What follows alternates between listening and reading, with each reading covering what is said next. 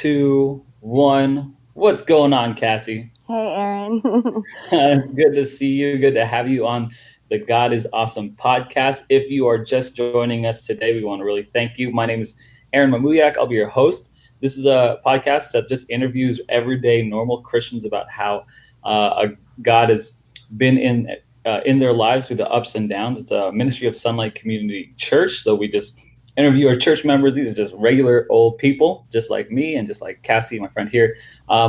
And so, yeah, if you like podcasts about testimonies, please don't hesitate to share, subscribe, like, join the Facebook group, and all of that. Anyway, I just want to get us started here. Cassie, just thanks for coming. Thanks for being on the show. Thanks for having me. Maybe we could start off a little background story for you. What where are you coming from, origin story, and then we'll maybe get into how you found God, or Okay. rather, how God found you. Um, I guess I can start with I was, my mom was 15 when she had me. She was 15 years old, um, which I have a 15-year-old right now, and it's crazy to even imagine that she would have a child at that age. My mom had three kids by the time she was 20.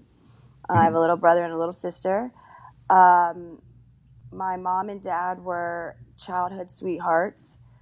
Um, he, I guess he was around, I guess, for the birth of me and my brother. My father actually, apparently still to this day, he is a drug addict. Wow. Um, and he lives up in New Jersey. He suffers with hepatitis C and cirrhosis to this day. I don't have really any contact with him. I never really knew my father growing up at all. My mom, who is a saint, and it's crazy. I look back now, and I can't imagine how she did it with us three kids. Yeah. She, she worked two jobs at 15 years old, 16 years old, worked two jobs, was in cosmetology school at the time. And she was basically a single mom, raising kids, and my grandparents were around for a lot of it, but, she's one strong woman, I tell you that. Yeah. Um, my dad, my real father, he actually, the last memory I had of him was Christmas morning. I think I was about maybe 4 years old, maybe three. My mom, she worked really hard to make sure, us kids had a good Christmas. My little sister was 6 months old at the time. And the last memory I can remember was her walking down the road to my grandma's house. She walked miles holding on to me, my brother, and my sister, who was 6 months old, because he pawned the car. He took and traded the car for drugs Oh and all man. of our Christmas presents. My mom was devastated, and I think that's the point where she finally gave up and said, "I've had it." We lived with my grandparents for a few years until she got out on her own. Um, and Yeah, so I grew up little to no religion. Hmm. My family, they say they believed in God and they love God, but as far as church or any kind of educational values, I had absolutely, I knew nothing. Yeah. Um, I almost want to say like it was like, oh yeah, we love God, we believe in God, almost to like cover our butts, I guess, Sure. you know. But there was no, like, I never went to church, I never went to any of that. I knew nothing. Um, I guess, okay, so my mom met who is now, I consider my father at 6 years old. And they've been together for, since then, since I was six. And he's amazing. He came into my mom's life. He had two children of his own. One of them was mentally handicapped. He required um, a lot of attention. He had scoliosis, cancer. He was mentally, incompetent. But, you know, my dad, yeah, my stepdad. He's amazing. He stepped in for us three kids. He's been there through every single thing, and he was actually Catholic. He was brought up Catholic, but still Yeah. no religious, no religious background was ever like pushed on us kids. We still didn't go to church or anything like that. I guess we just learned Mhm. what we learned through, other people talking or whatever. But um, I guess I'll. Okay, so I met. Okay, so I'll fast forward. I So mean, I. let me stop you. Let me stop Okay, you there. So just to recap, your mom and your dad, your birth dad, were together until your brother was born, and then he left. Last memory you had? my sister, my little sister. Oh, little sister, Yes, yes, and that your mom was a saint, doing everything she can to basically hold it down for the family. amazing woman, amazing And then woman. and that sounds like a great role model for you as a mom, Absolutely. as far Hmm. as like fortitude and just going and grinding it out for the family. But then your dad sold, pawned off the car and Yeah. Christmas presents for drugs, and so he became an addict. And so growing up in a household that you didn't know your birth dad, and then another man stepped in and helped to raise you guys there, Hmm. and that's kind of like the background that you're coming from, with Yeah. no religion, no real Christianity or God or anything of the sort. Right. Wow, Basically. that sounds great. Yeah. Sounds like a great like God like it sounds like a really story of like Ruth or something, like God is bringing in someone in and just like kind of lifting that person up, Hmm. saving the family. It sounds awesome. So Yeah. yeah, you were saying fast forwarding to. Okay, so I mean, so I can't say we were like poor poor, but um it wasn't like, my mom struggled. And it's crazy. I look back now and it's like I understand because I've been through the same things raising children and was a single mom for a very, very long time. And everything that, I guess that was instilled in me. It was just because I watched her growing up do everything possible to make sure, we wore Nikes to school because if not, we got made fun of, like she made sure us kids were okay, and between her and my stepdad, like they, it's amazing. Um, Yeah. but so I guess, and so I was a good kid. I mean, I got good grades. I was actually band captain. I play nine different instruments. Okay. More so the trombone. That was my thing. I've won the Young Floridian for music. I've won scholarships. I've won everything, and that's actually where I was gonna go with my life. That's what I wanted to do, was actually teach music. Um, I met the father of my oldest daughter, who was 15.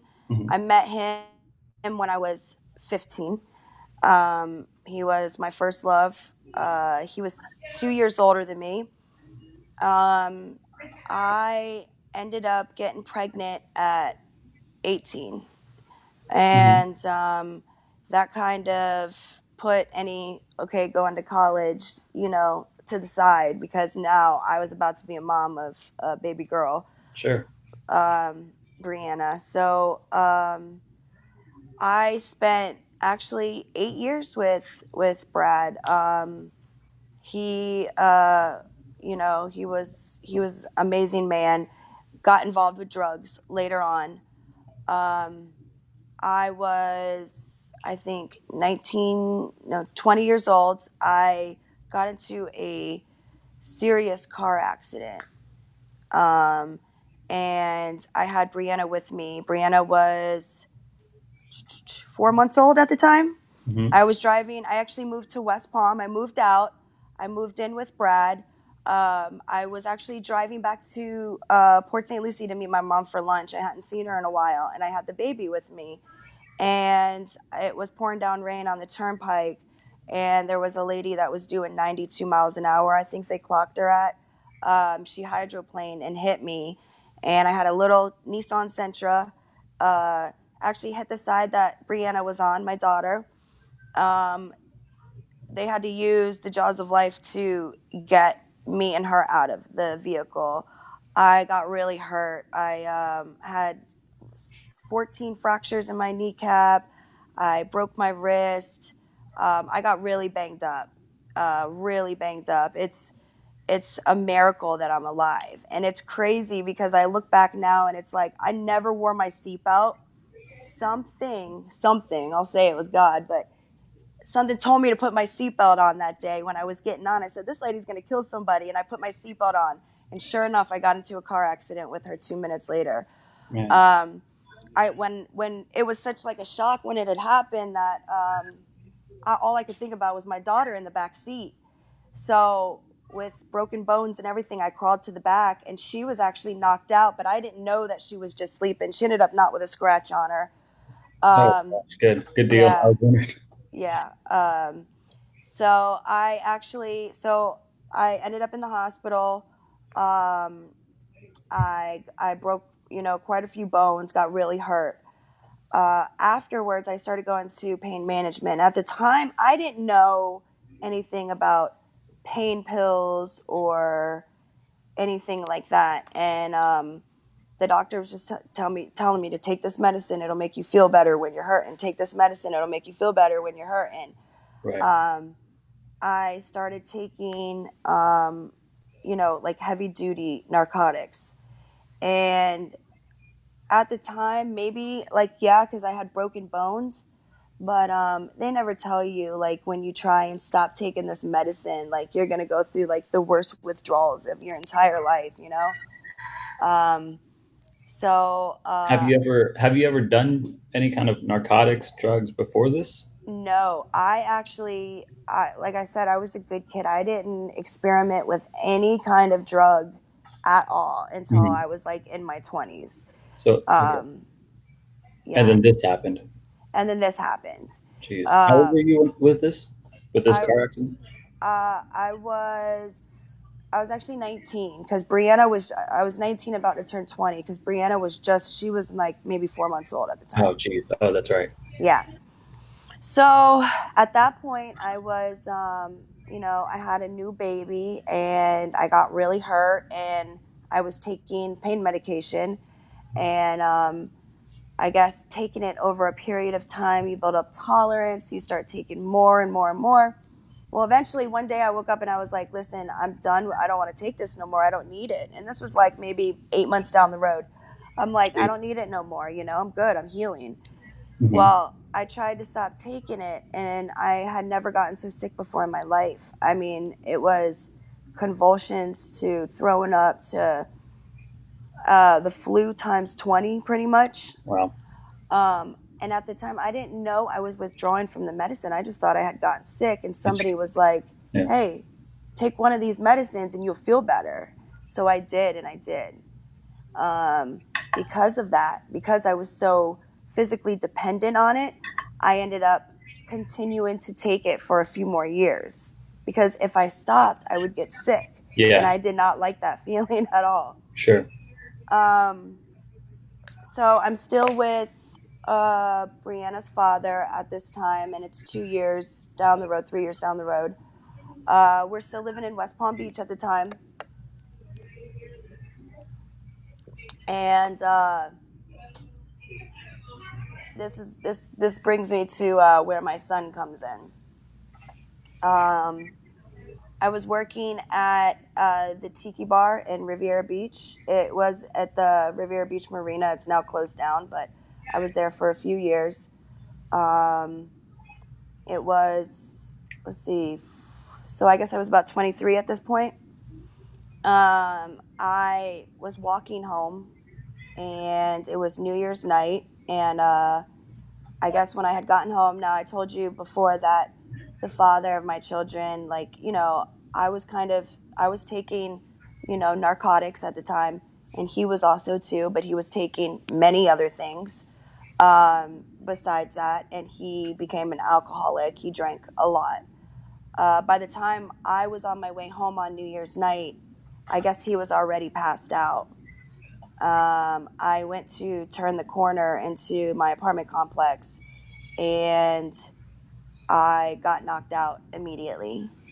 And somebody hit me so hard I didn't know it was coming. I came to for about, I want to say 10 seconds to realize at this point I was being raped by a older man who lived in the complex, and I had no idea, like, but I came to realize what was going on, but I guess the shock in my body made me pass right back out. um, yeah, he hurt me really bad. uh, he he left me for dead pretty much. He broke 17 bones in my face from the hit. um, and uh, Anywho, so and at the time, the father of Brianna, he was passed out in the house. He later found me. He found me. I was naked. Um, I was so out of it. He couldn't get anything out of me until the next day, which I was in the hospital.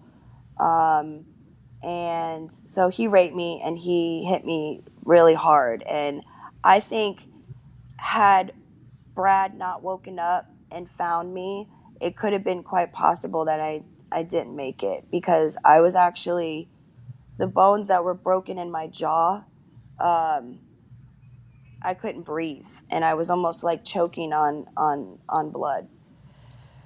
Um, so anywho, I get through that, and um, I find out 3 months later that I'm pregnant. Where And where are you in your head? Like mentally, what are you thinking? How are you getting through any of this? You just found out you're pregnant. Like, I guess I was still taking so much narcotics that it numbed it. hmm, And I don't really think I knew where I was. I was, okay, I'm pregnant, but I'm pregnant and I'm with Brad, so maybe it's Brad's baby. Like, I didn't even want to think. Like, I think after the rape happened, it's almost like I just tried to forget about it. Like, I tried to forget about it, that it happened, but it's like, anytime I tried to, I was having horrifying nightmares.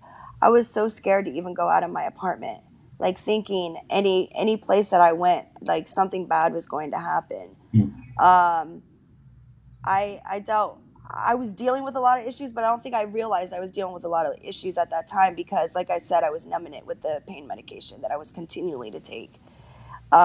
And it at that point, I was just taking so much because my tolerance was so high that I didn't realize how much I was taking. Like, I'm surprised that I didn't overdose. Um, so, anyways, I find out I'm pregnant. Brad knew at the time, like, what, like, okay, so it doesn't belong to the guy that raped me. No, there's no way. Oh, no, no, no, no, no, no. Like, that's what we kept saying. No, no, no. But then we kind of came up with a plan. I At that point, I honestly, I wanted an abortion. I wanted to get rid of it immediately. I didn't even want to take that chance. I was like, no way. What if it is? Then what? Um, I actually went to the abortion clinic twice and was in the chair, and each time I just got up and I walked out. I said, I can't do this. I couldn't do this. I couldn't do this. I felt it's hard to do something like that after you already had one child. And I said, but what if it belongs to Brad? What if it's Brad's? But what if? yeah. So I guess I went through the pregnancy and I continued to take pain medication. I didn't care. I was like, well, maybe I'll just lose the baby, due to taking pain meds. And I Jeez. was still like stuck on these pain meds and I couldn't get off. Um, Can I ask you what happened to the guy? What happened to him? he actually is in prison for the rest of his life, but not because of the crime he committed on me, because of the crime he committed on another lady after me. So he raped somebody else and ended up prosecuting him, and he's in prison for the rest of his life. Um, Thankfully, Hmm. he's in his 60s, believe it or not, and uh, yeah. So I'm about to get to something here in a minute, but it's how I kind of overcame all this. So, anyways, so okay, so I wake up one morning after taking all this pain medication. I'm so foggy in my brain. I call my mom. I'm 8 months pregnant, and I'm like, Mom, I want to get off this pain medication. I'm about to have this baby. It's almost like everything was blanked out in my mind. And then I just woke up one morning, 8 months pregnant, and looked at my belly and was like, oh my God, there's a baby in there and it's about to come out soon. What am I Wow. going to do? So I kind of like just tried to forget about it almost. And it's hard to believe, even though the child was inside of me. Um, so I called my mom and I said, I don't know what to do. I need help. She got me into a program in Plantation General, of where they were able to medically detox me, um, safely, to where it didn't harm the baby. How long were you there for? I was there for 30 days, but then um, I felt like I needed more treatment. I needed to deal with some of these issues, and not just for, the pain medication, because I wanted to stop that. And that was like not the issue. I was just dealing with other things that, I was so depressed, suicidal. Um, I, a lot Yeah. was going on that I didn't really realize, but I knew I needed help. And I knew if I went home after those 30 days, I didn't know what was going to happen. Yeah. So I ended up going to another treatment facility called Susan B. Anthony. It's down south. Wonderful treatment program. They allow you to have your children there with you. Oh, that's nice. I went there and I actually spent a year there. But anyway, so okay, so I didn't know at the time like where Jordan came from, and I went to the hospital. I had him, and immediately I knew it belonged to. Let me back up. I'm going. Okay, so before this happened, me and Brad, he also went to treatment, and I went to treatment, and it was a month away before the baby was about to be here, before Jordan was about to be here. We made a decision, if the baby came out and it didn't belong to him, that we were going to put it up for adoption. And I actually started the process. I started all the papers. I started everything for it. Um, and then, so Brad was in a treatment facility, but he was continually getting kicked out. He wasn't following through, and I was doing very well. I was excelling. I ended up having Brianna come stay with me at the place. I go to the hospital. I have Jordan and find out it doesn't belong to Brad.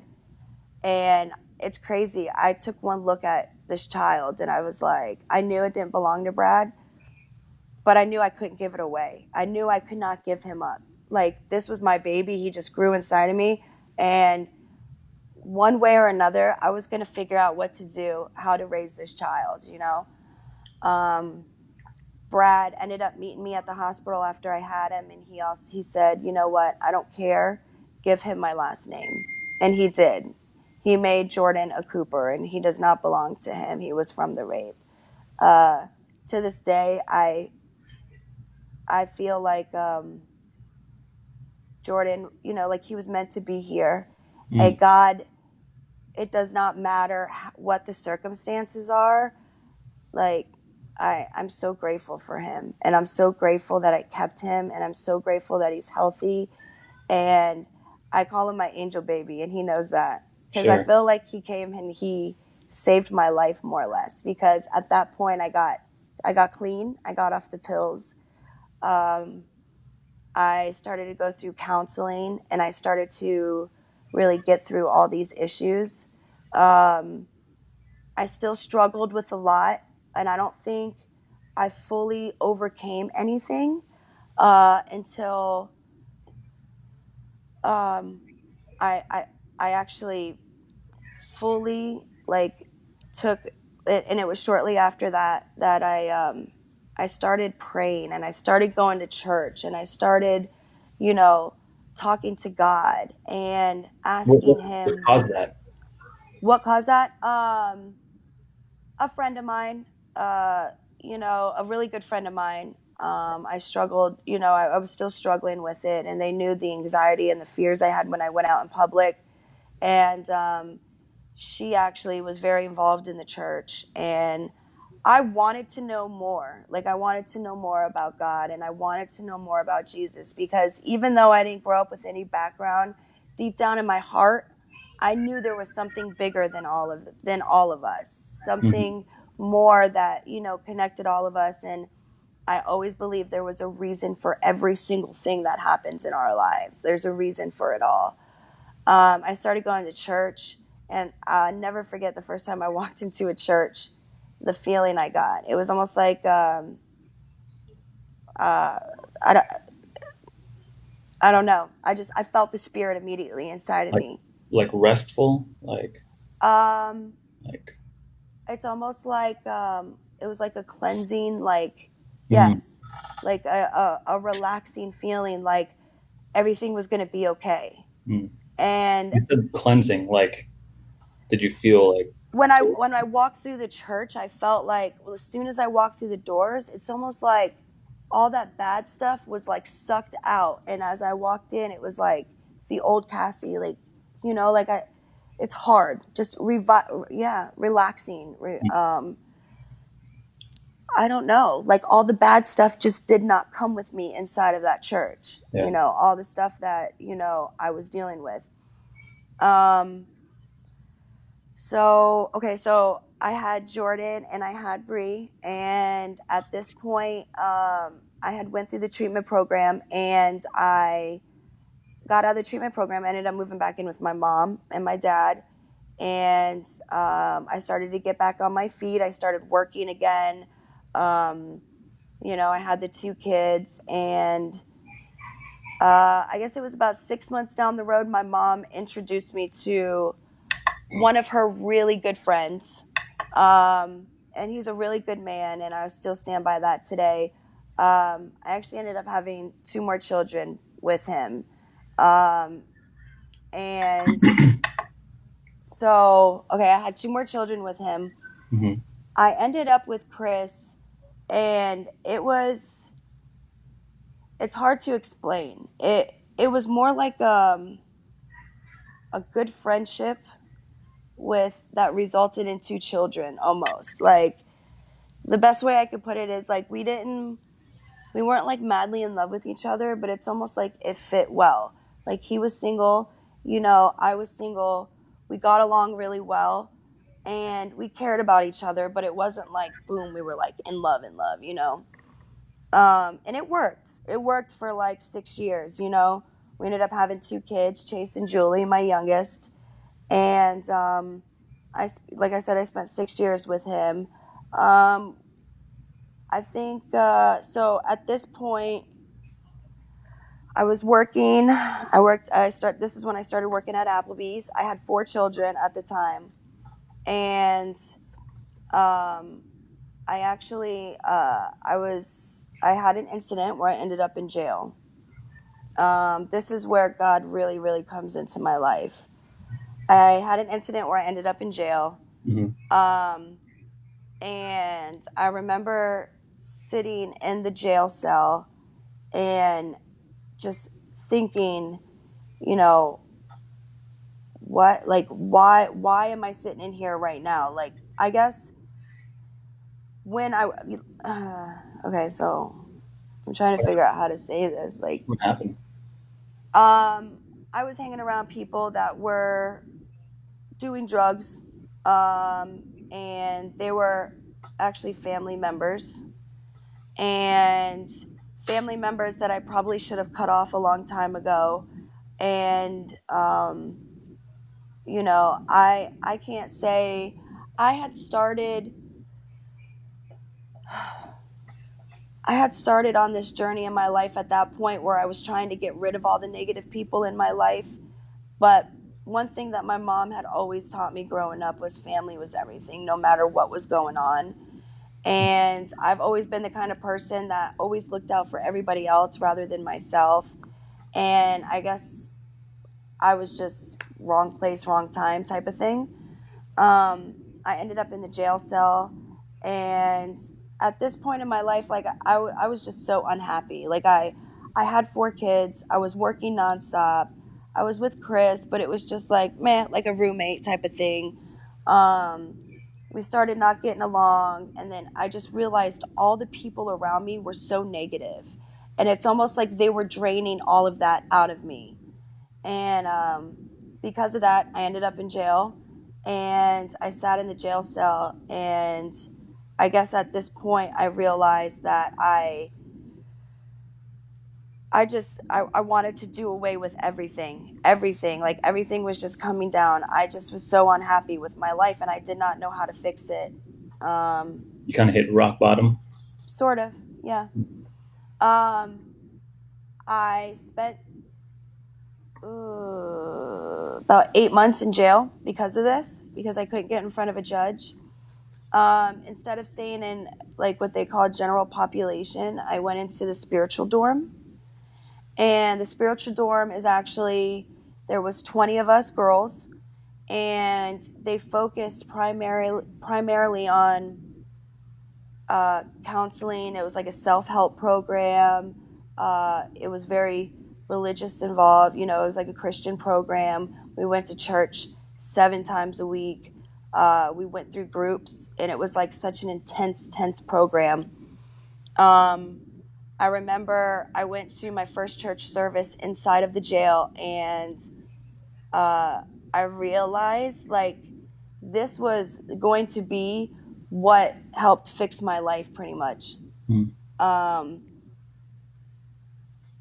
it was about 3 o'clock in the morning, and all the two other girls were sleeping in my dorm. And I stood straight up, and I hit my knees, and I'll never forget this. I started crying, and I just begged God to just come into my heart. Like it was almost like I tried everything else. I've tried to do everything else on myself, and I couldn't do it. That I I wanted God to just take it all. And it's crazy because I woke up that next morning after all that. I remember I cried 3 hours straight after that. I just begged God, come into my heart, please. Like, I surrender it all to you. And I remember just crying and crying and crying for 3 hours.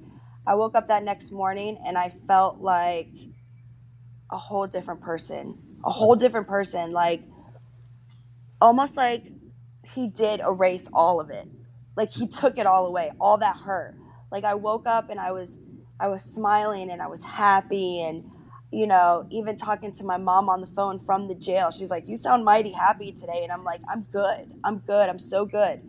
I continue to go to church in there. I Mm-hmm. continued to study the Bible, and I was reading and reading. I was reading all these fabulous books that, you know, really helped me.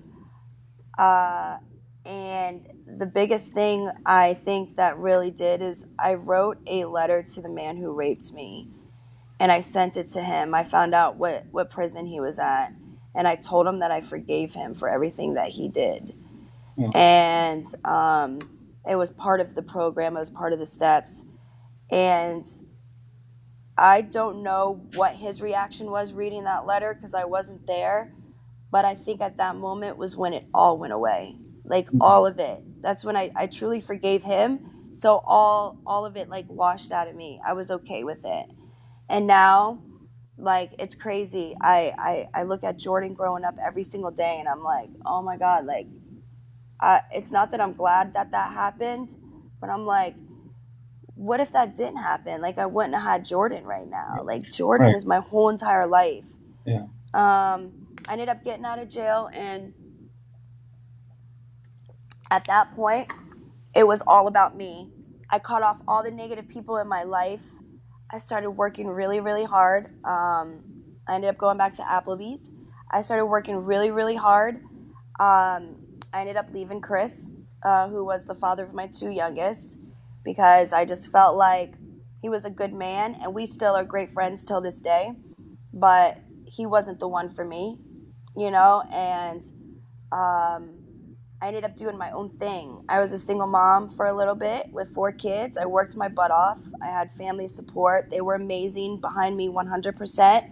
Mm-hmm. Um, and I continue to just learn more about God, and truly like apply that to my everyday life. Like, Yeah. not just say, like, oh, I love God, I believe in Him, and I pray.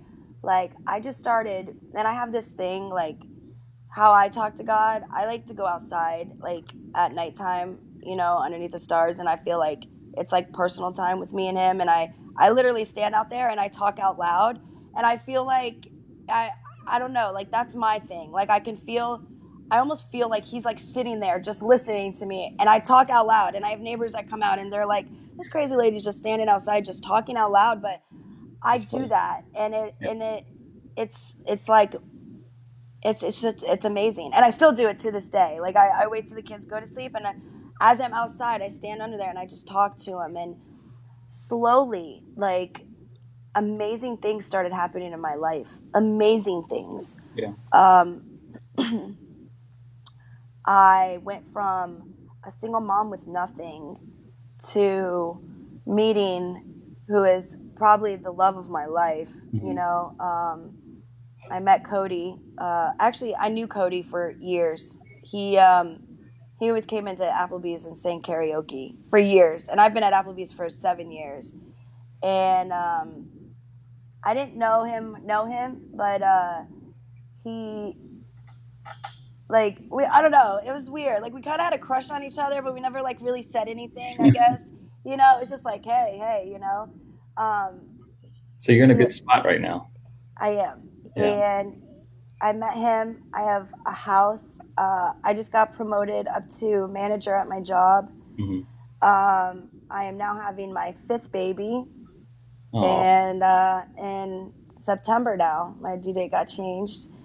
Cody came in, and he is amazing. He stepped in for the kids, the two younger ones. Their father, like I said, I'm great friends with him.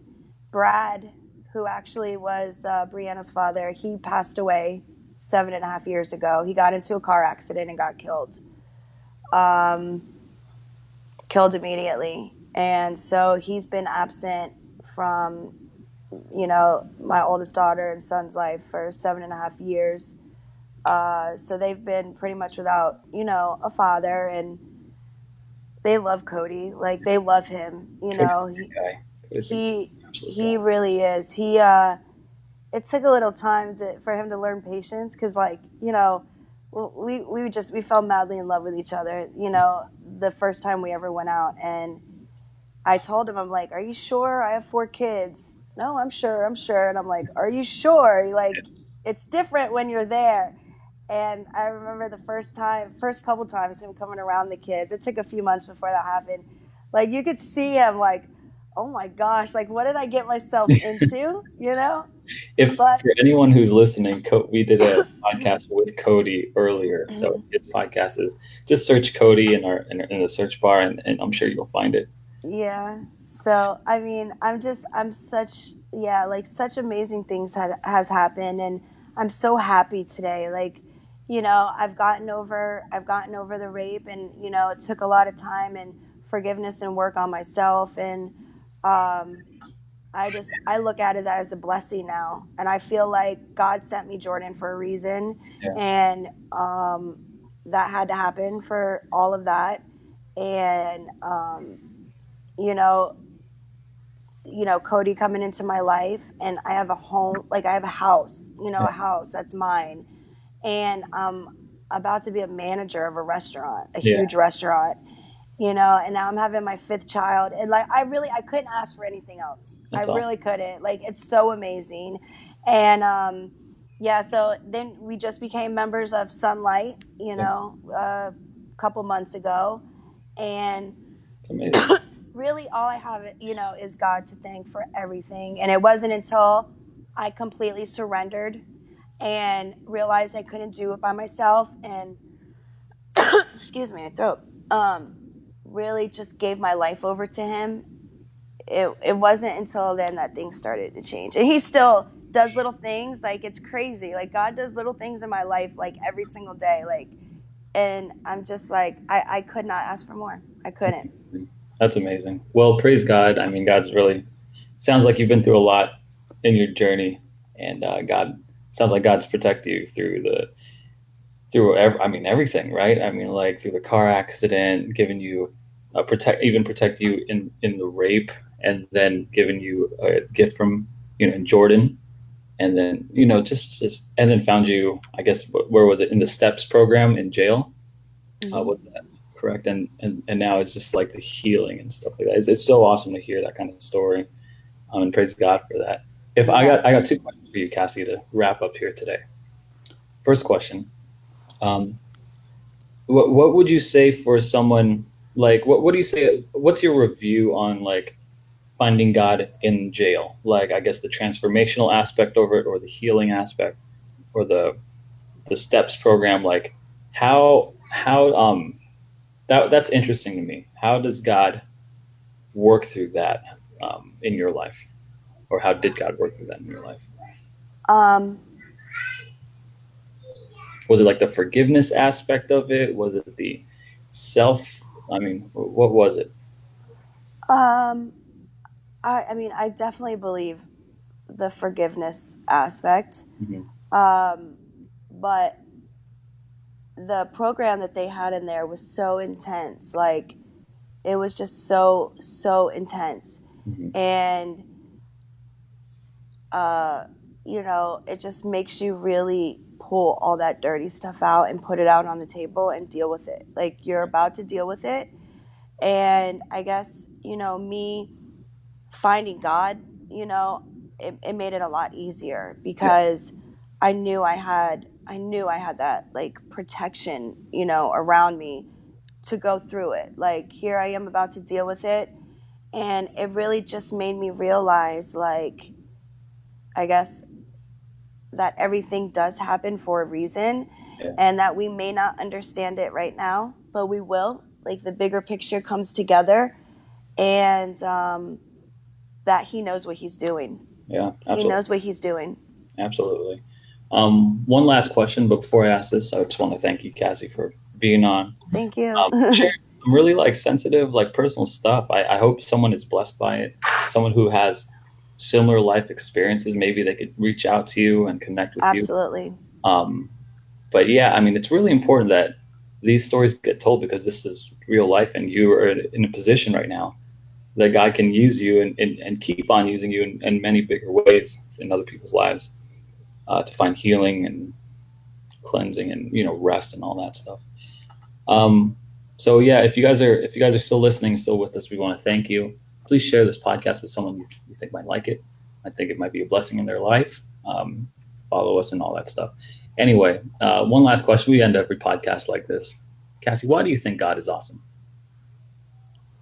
God is awesome because he just continuously loves me no matter what, and just shows me that every single day through every single little thing that happens. He just continuously shows me, follow me and I will take you the right way. I promise. Yeah, He's amazing. yeah. Well, thanks guys for joining. Cassie, thank you so much Thank for you. sharing with us. We love you guys. We will see you all next time. Bye.